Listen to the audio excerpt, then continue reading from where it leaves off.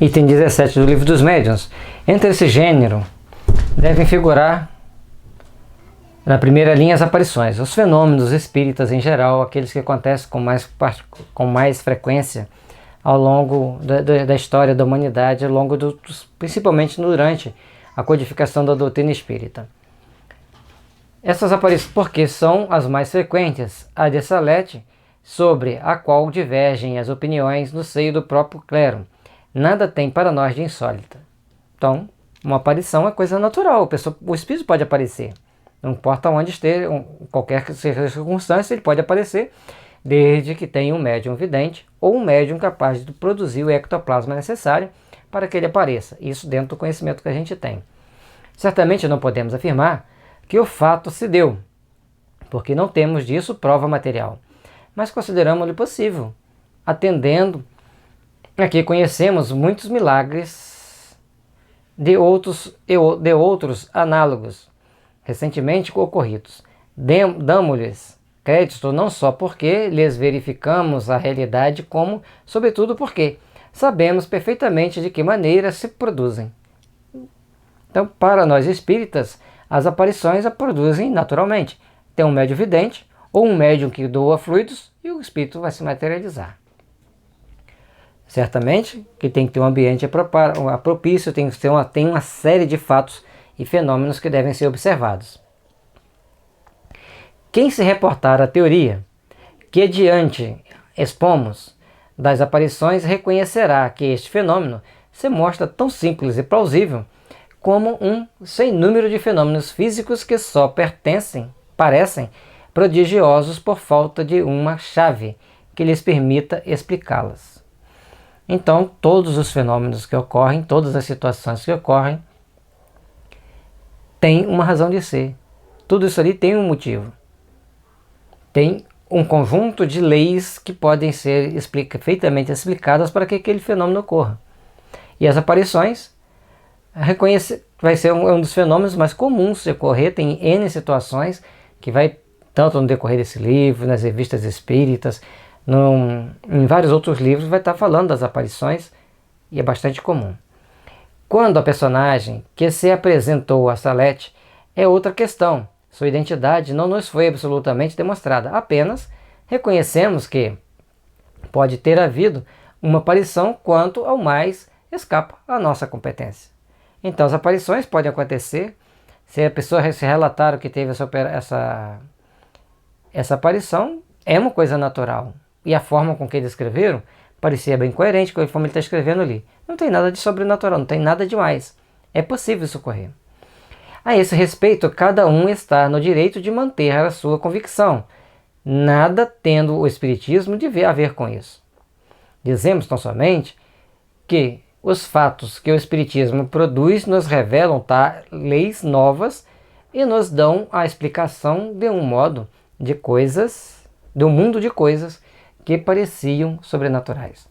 Então os fenômenos estão acontecendo, e daí? As pessoas querem explicar o seu modo, e daí? Agora o Espiritismo provoca determinados fenômenos e explica como eles são provocados, de que forma eles são provocados, e por que são provocados, e para quê.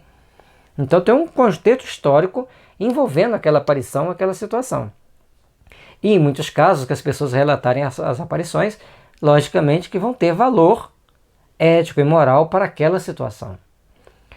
Desde que alguns dos que passavam por miraculosos encontram assim explicações lógicas, motivo é este bastante para que ninguém se apresse a negar o que não compreende.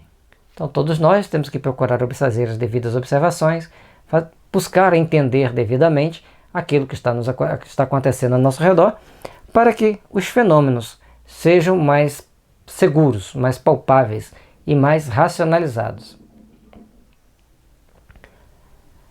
Algumas pessoas contestam os fenômenos espíritas precisamente porque tais fenômenos lhes parecem estar fora da lei comum e porque não logram achar-lhes qualquer explicação. Dá-lhes uma base racional e a dúvida desaparece. Então as pessoas estão diante de determinados fenômenos, determinados fatos, e desde que ela esteja sã, em perfeita sanidade mental, quando a gente der as devidas explicações, ele vai aceitar aquele fato, ele vai entender aquela situação e vai passar a ter melhor compreensão daquilo dali.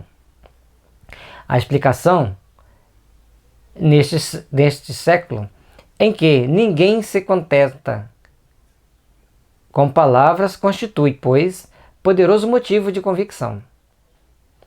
Daí ouvermos todos os dias pessoas que nenhum fato testemunharam, que não observaram as mesas agitar-se, ou um médium escrever, se tornarem tão convictos quanto nós unicamente porque leram e compreenderam.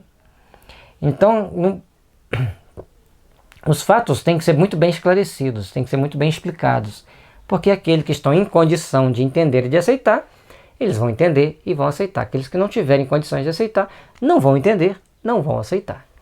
Então são situações que cada um vai trazer, vai ter consigo ao longo do tempo, cada um vai estar aprendendo ao longo do tempo e vai fazer as devidas observações daquilo que é útil, daquilo que é menos útil, daquilo que é mais útil. Ou seja, sempre temos que fazer um apanhado geral da situação para emitirmos a nossa opinião com segurança.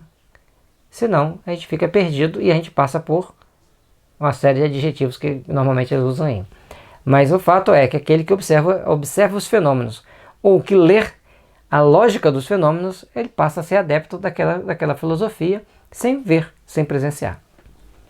Se houvéssemos de somente acreditar no que vemos com os olhos, nossos olhos, a bem pouco se reduziria nossas convicções.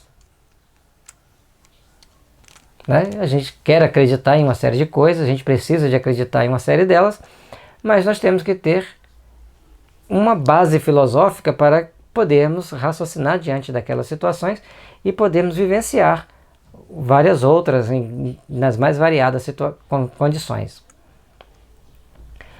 Então, a próxima parte é o capítulo 3 do método. A gente vai passar para a próxima fase. E que Jesus te ilumine seu lar, te abençoe, te dê bastante consciência e entendimento e perdoe aí nossas dificuldades às vezes. E vamos continuar fazendo nossos estudos até que a gente consiga terminar o Livro dos Médiuns.